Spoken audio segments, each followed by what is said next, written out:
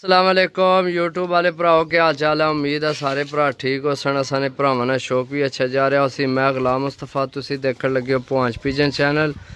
माशाल्लाह जनाब कल काफ़ी कबूतर लैके आए हैं, सही है भरावां वास्ते।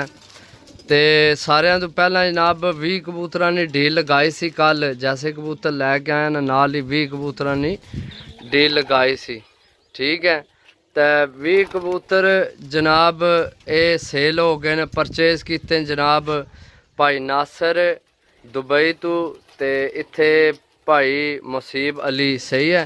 उन्हें परचेज किते ने गुजर खान मंदरा तो, सही है। तो अल्लाह पाक अगर दुआ के अल्लाह पाक जनाब उन्होंने नसीब करे। बाकी पीस चेक करो माशाल्लाह जनाब, जियां दसे सन उइयां ही भेस है इंशाल्लाह, सही है जनाब। वीडियो बनाने का मकसद यही होना है कि जड़ियाँ चीज़ां दसा वो भेस हाँ, सही है।